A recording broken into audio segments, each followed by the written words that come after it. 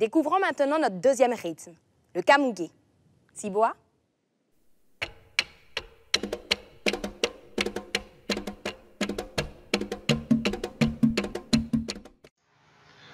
Dernier exercice sur les représentations paramétriques de plans. On va s'intéresser sur un exercice simple et rapide à des plans particuliers. Quels sont ces plans? On va vous demander de donner une représentation paramétrique des plans définis par OIJ, OIK et OJK, c'est-à-dire les plans qui passent par O et qui sont dirigés par les vecteurs I et J, I et K et J et K. Allez, pause, facile, à vous. La correction donc, intéressons-nous au premier plan. Cette question elle est simple. Pour trouver l'équation, la représentation paramétrique du plan OIJ, il suffit simplement de revenir à la définition. C'est le plan qui passe par O, de coordonnées 0, 0, 0, et qui est dirigé par les vecteurs I et J.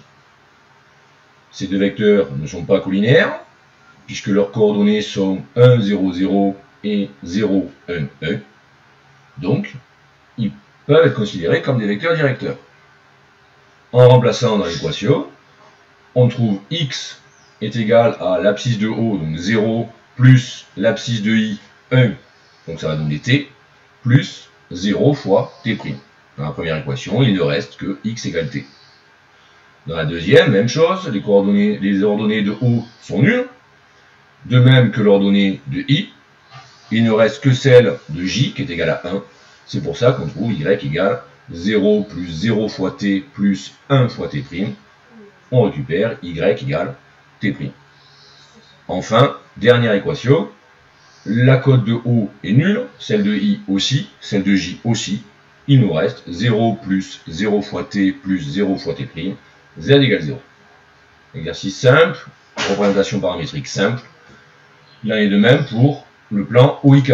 Même chose, celui-ci est dirigé par les vecteurs I et K, il passe par O. Il suffit simplement de recopier la représentation paramétrique avec le vecteur I qui a pour coordonnées 1, 0, 0 et K qui a pour coordonnées 0, 0, 1. D'où la présence du t dans la première équation et du t' dans la dernière. Enfin, le plan OJK, même chose, c'est le plan qui passe par O et qui est dirigé par J et K. L'abscisse cette fois sera nulle puisque toutes les abscisses de O, J et K sont nulles. Il ne reste que x égale 0, y égale t, z égale t'. Exercice simple, on remarquera que ces équations, représentations paramétriques, sont longues pour dire peu de choses. En fait, on pourrait remplacer le premier système par z égale 0, le deuxième par y égale 0, et le troisième par x égale 0. On verra plus tard que ces équations-là portent le nom d'équations cartésiennes.